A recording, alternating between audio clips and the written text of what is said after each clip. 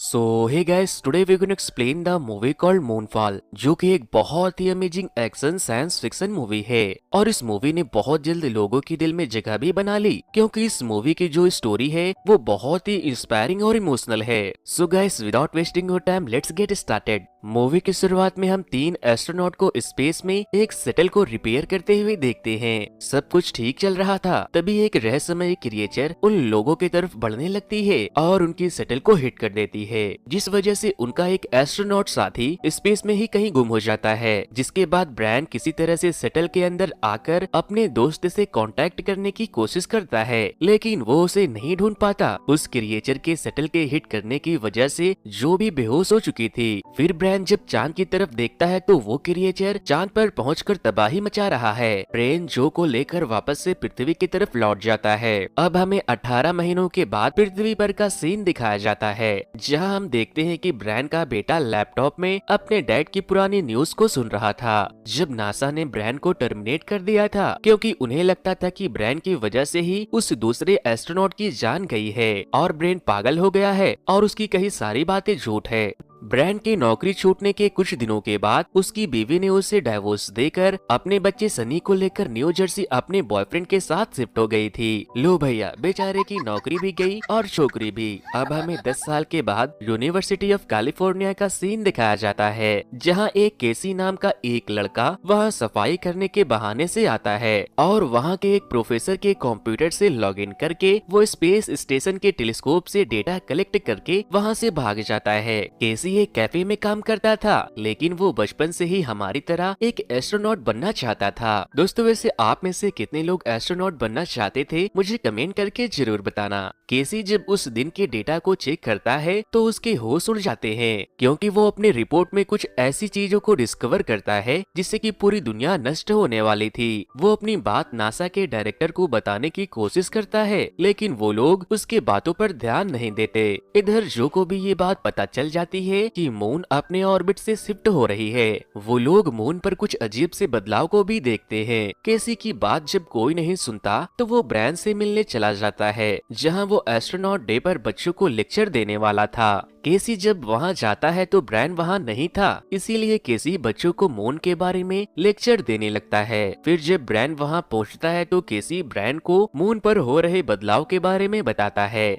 लेकिन ब्रायन उसके बातों को बेतुकी बताकर गार्ड को उसे वहां से बाहर ले जाने को कहते हैं। लेकिन केसी जाते जाते अपने रिसर्च के पेपर को उसके ऊपर फेंक देता है। फिर हम देखते हैं कि रात को ब्रायन की एक्स वाइफ उसे कॉल करती है और उसे बताती है कि उसके बेटे सनी को पुलिस ने ड्रग्स के केस में पकड़ लिया है। फिर हमें कोर्ट का सीन दिखाया जाता है, जहाँ ब्रायन की वाइफ के नए हस्बैंड के भेजे वकील के वजह से जज उसके केस को पोस्टपोन कर देते हैं और ब्रायन के अपने बीवी के नए हस्बैंड टॉम से लड़ाई हो जाती है। अगले सीन में हमें नासा का स्पेस सेंटर दिखाया जाता है, जहां जो अपने सीनियर को बताती है कि हमारे पास सिर्फ 3 हफ्तों का समय ही बचा है, जिसके बाद मून के टुकड़े धरती पर कहर बनकर बरसेंगे। नासा के डायरेक्टर उनसे पूछते हैं कि इसे ठीक कैसे किया जा सकता है, जिस पर जो कहती है हमें ठीक करने से पहले ये पता करना होगा कि खराबी क्या है, जिसके लिए हमें मून पर जाकर उस होल को देखना होगा कि आखिर उसके अंदर है क्या। इधर जब केसी के बातों को सुनने के लिए कोई तैयार नहीं होता तो वो अपने रिसर्च को ट्विटर पे ट्वीट करके सबको बता देता है कि धरती खत्म होने वाली है, क्योंकि मून अपने जगह से शिफ्ट हो रहा है। जिसके बाद नासा और एक यूरोपियन एजेंसी दोनों मिलकर एक प्रोजेक्ट को शुरू करते हैं। केसी की ट्वीट अब हर लोगों तक पहुंच गई थी, जिस वजह से दुनिया खत्म होने के डर से सारे लोग अपने अपने परिवार के साथ पहाड़ों की तरफ लौट रहे थे। जब ये बात ब्रायन को पता चलती है तो वो केसी से मिलने चला जाता है, जहाँ कुछ लोग केसी का लेक्चर सुनने के बहाने फ्री का नाश्ता खाने आए थे। नासा भी मून पर हो रहे बदलाव को देखने के लिए 3 एस्ट्रोनॉट को वहाँ भेजते हैं, लेकिन जब वो लोग एक रोवर को उस होल के अंदर भेजते हैं तो उस होल के अंदर से वही खतरनाक क्रिएचर निकलता है और उन तीनों के तीनों एस्ट्रोनॉट को बहुत ही बेरहमी से मार देते हैं। जो जब उसे अपने स्क्रीन पर देखती है तो बहुत डर जाती है, क्योंकि कोई नहीं जानता था कि आखिर वो चीज है तो है क्या। उसे देखने के बाद नासा के डायरेक्टर अपने पोजीशन को रिजाइन करके जो को दे देते हैं, क्योंकि उसे अपना आखिरी वक्त अपने फैमिली के साथ बिताना था। नेक्स्ट सीन में हम देखते हैं कि ब्रायन और केसी एक दूसरे से बातें कर रहे थे और ब्रायन केसी के नॉलेज और सोच को देखकर दंग रह जाता है। इसी दौरान मून के एक बार फिर से अपने ऑर्बिट से शिफ्ट होने की वजह से पृथ्वी पर एक बहुत बड़ी सुनामी आ जाती है। पानी इतना भर जाता है कि वो केसी के होटल तक पहुंच जाता है, जो कुछ डेटा को लेने नासा के एक टॉप सीक्रेट डेटा स्टोर में जाती है, जहां उसे एक साइंटिस्ट मिलते हैं। वो उसे बताते हैं कि वो एक एलियन टेक्नोलॉजी है जिसे ब्रैन ने पहले भी देखा था, लेकिन उन लोगों ने उस बात को छुपाने के लिए उसे पागल करार देकर नौकरी से निकलवा दिया। वो उसे ये भी बताते हैं कि उस टेक्नोलॉजी को रोकने के लिए ZX7 नाम के एक प्रोजेक्ट को चलाया गया था, लेकिन बजट ज्यादा होने की वजह से उसे बंद कर दिया गया। वो साइंटिस्ट उससे कहते हैं कि अब हम कुछ नहीं कर सकते। इधर दूसरी तरफ मिलिट्री चीफ डॉग, जो के पति भी थे, जो चांद पर न्यूक्लियर अटैक करने का प्लान कर रहे थे, जो कहती है अगर ऐसा हुआ तो मून के टुकड़े अर्थ पर भी गिरेंगे और दुनिया तबाह हो जाएगी। लेकिन वो लोग जो की बातों को नहीं मानते। जो अपने बेटे को एक केयर टेकर को सौंप कर उसे उसके डैड के एक मिलिट्री बंकर में ले जाने को कहती है और फिर अपने हस्बैंड से फोन करके ZX7 के बारे में पूछती है। फिर हम देखते हैं कि ब्रैन को कुछ लोग जबरदस्ती लेने उसके घर में घुसाते हैं। वो कहता है कि केसी भी मेरे साथ चलेगा। वो लोग उसे जो के पास लेकर जाते हैं, जहां जो उन तीनों एस्ट्रोनॉट के साथ हुए उस हादसे की वीडियो दिखाती है। केसी कहता है ये जो कोई भी है वो मेगा स्ट्रक्चर के पावर कोर के साथ कुछ कर रहा है। केसी का मानना था कि मून को एलियंस ने बनाया है, जो केसी को पागल समझती है।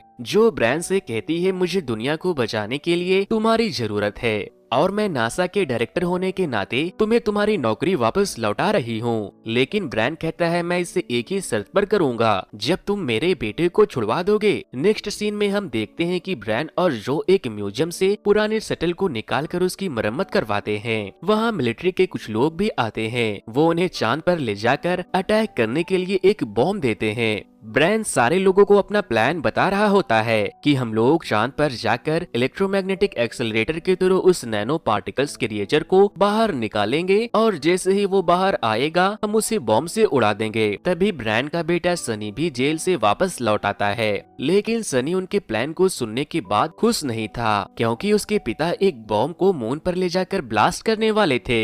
जो के हस्बैंड डॉग भी उससे फोन करके शटल लॉन्च होने के बाद जिमी के साथ कोलोराडो आने को कहते हैं। सारी तैयारी चल ही रही थी कि तभी वहाँ एक बहुत जोरदार का भूकंप आता है, जिससे कि उनके शटल का एक इंजन खराब हो जाता है। जिसके बाद जो निराश होकर सारे लोगों को काम बंद करके कोलोराडो अपने फैमिली के पास लौटने को कहती है। वो लोग भी वहाँ से निकलने वाले थे, क्योंकि अब उनका मिशन फेल हो चुका था। ऑलमोस्ट सारे लोग जा चुके थे, लेकिन केसी और कुछ लोग अभी भी वहाँ काम कर रहे थे।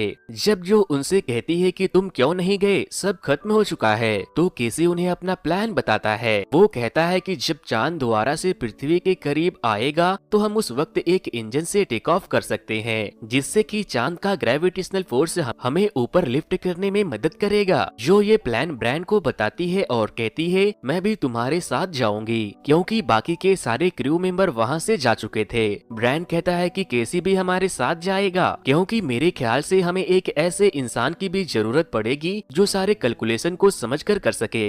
जो और ब्रैन अपने बच्चों को मिसली के साथ मिलिट्री बंकर में भेज देते हैं और जाते जाते ब्रैन अपने बेटे को सेफ्टी के लिए एक गन भी देता है और सनी उन लोगों को लेकर डॉग के पास उस मिलिट्री बंकर में जाने के लिए निकल जाता है। किसी भी स्पेस में जाने से पहले अपनी मॉम से फोन पर बातें करता है, जो के कहने पर अब गवर्नमेंट के निगरानी में थी। उनके शटल के लॉन्च होने से पहले एक बहुत बड़ी ग्रेविटेशनल सुनामी उनके तरफ बढ़ने लगती है, लेकिन वो लोग पानी को चीरते हुए आसमान में लिफ्ट कर जाते हैं। उनका स्पेसशिप जैसे ही मून के ऑर्बिट से मैच करता है, वो लोग एक इंजन के साथ मून की तरफ तेजी से लिफ्ट होने लगते हैं। इधर जब ये बात जो के हस्बैंड डॉग को पता चलता है कि उसकी बीबी मदद करने चांद पर चली गई है, तो वो बहुत घबरा जाते हैं। और तो और दूसरी तरफ कुछ लोग सनी के कार को भी लूट लेते हैं। और अब हम ये भी देखते हैं कि पृथ्वी पर चांद के छोटे छोटे टुकड़े आग के गोले की तरह बरस रहे हैं। दूसरी तरफ हम देखते हैं कि ब्रैन चांद के उस होल तक पहुंचकर लैंडर को उस होल में लॉन्च कर देता है। लेकिन जैसे ही वो नैनो पार्टिकल बाहर आते हैं, वो रोवर को छोड़कर शटल पर अटैक कर देते हैं। ब्रायन फौरन सारे इलेक्ट्रॉनिक सिस्टम को बंद कर देता है, जिससे कि वो वहां से चला जाता है।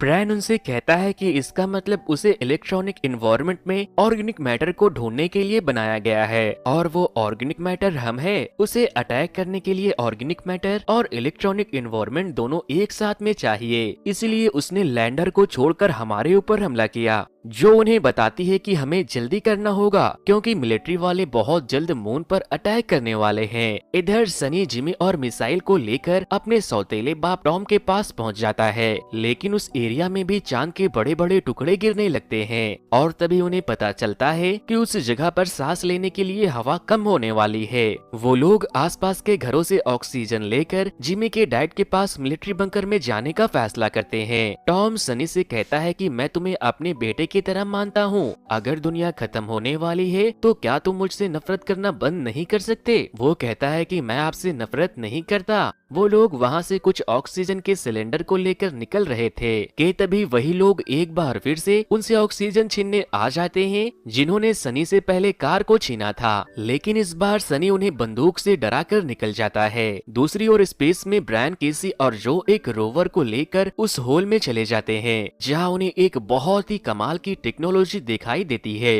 वो देखते हैं कि मून के कोर में बहुत बड़े बड़े इंजन लगे हुए हैं। केसी वहाँ के नजारे को देखने के बाद बहुत खुश था, लेकिन तभी वो नैनो क्रिएचर उनके ऊपर वहाँ भी हमला कर देते हैं और उनका रोवर खुद से कंट्रोल होकर उड़ने लगता है। और तभी उस मेगा स्ट्रक्चर में से एक का डोर ओपन होता है और वो लोग उसके अंदर पहुंचकर बेहोश हो जाते हैं। इधर पूरी धरती बर्बाद होती दिख रही थी, जिस वजह से मिलिट्री वाले मून पर अटैक करने की प्रक्रिया को शुरू करने वाले थे। दूसरी तरफ मून पर जब केसी और जो को होश आता है, लेकिन वो क्रिएचर बाहर से उस शेल्टर को हिट कर रहे थे जिसके अंदर वो थे। ब्रायन को होश आता है तो वो किसी और ही जगह पर था, जहां वो अपने बेटे सनी के बचपन को देखता है। ब्रायन पूछता है कि कौन हो तुम? वो उसे बताता है कि मुझे अरबों साल पहले उसी ने बनाया था जिन्होंने आपको बनाया है। उनकी टेक्नोलॉजी इतनी आगे की थी कि उन्होंने अपने प्लेनेट के अलावा कई और प्लेनेट पर भी अपना घर बना लिया। ग्रहों पर जीवन को फलने फूलने लग बनाने के लिए उन्होंने उसके ऊपर जरूरत के हिसाब से बदलाव किए, जिसे सेंट्रल कंप्यूटर सिस्टम कंट्रोल करता था।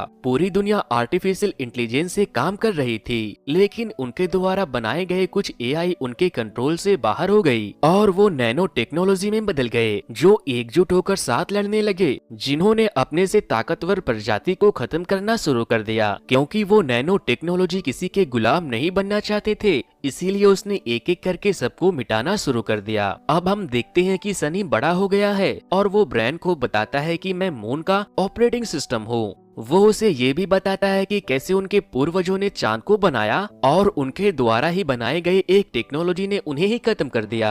सनी का एआई ब्रायन से कहता है कि अगर आप अपने बेटे को बचाना चाहते हैं तो आपको उस नैनो पार्टिकल्स को मून के ऑर्बिट से दूर ले जाना होगा, ताकि मून अपने ऑर्बिट पर वापस से शिफ्ट हो सके। तभी जो और केसी वहाँ पहुँच जाते हैं और ब्रायन को लेकर वहाँ से बाहर जाने लगते हैं। ब्रायन उन्हें बताता है कि वो नैनो पार्टिकल्स मून के पावर सोर्स पर दबाव डाल रहा है। अगर हम उसे मून से दूर ले जाने में कामयाब रहे तो मून बच जाएगा, जिससे हमारा पृथ्वी भी बच जाएगा। फिर जब वो लोग वहाँ से बाहर आते हैं तो वो देखते हैं कि उनके रोवर को वहाँ मौजूद टेक्नोलॉजी ने ठीक कर दिया है। जैसे ही ब्रायन रोवर को लेकर वहाँ से बाहर आता है, वो नैनो पार्टिकल्स उनके पीछे पड़ जाते हैं। वहाँ और भी बहुत से स्पेसशिप मौजूद थे जो ब्रायन को उस नैनो पार्टिकल से लड़ने में मदद कर रहे थे। इधर धरती पर ऑक्सीजन कम होने की वजह से टॉम बेहोश होकर कहीं गिर जाता है। फिर जब सनी उसे ढूंढने के लिए जाने वाला था कि तभी मून का एक टुकड़ा उनके आगे आकर गिरता है। मून बहुत तेजी से अर्थ के करीब आ रहा था, जिस वजह से मिलिट्री के लोग उसके ऊपर अटैक करने वाले थे,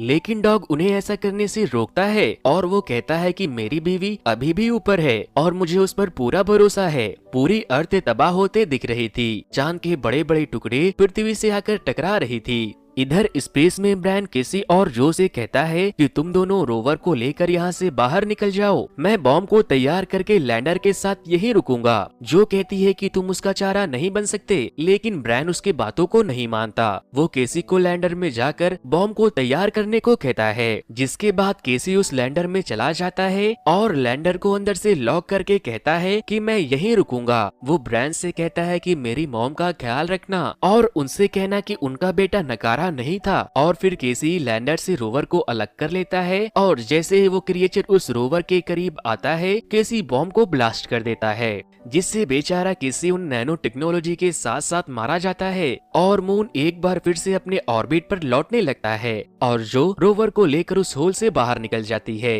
अब फाइनली सब कुछ नॉर्मल हो जाता है। ब्रेन और जो भी धरती पर वापस लौट आए थे, वो दोनों अपने बच्चों से मिलकर बहुत खुश होते हैं। मूवी के एंड में हम देखते हैं कि केसी मरने के बाद मून के उस टेक्नोलॉजी का हिस्सा बनकर हमेशा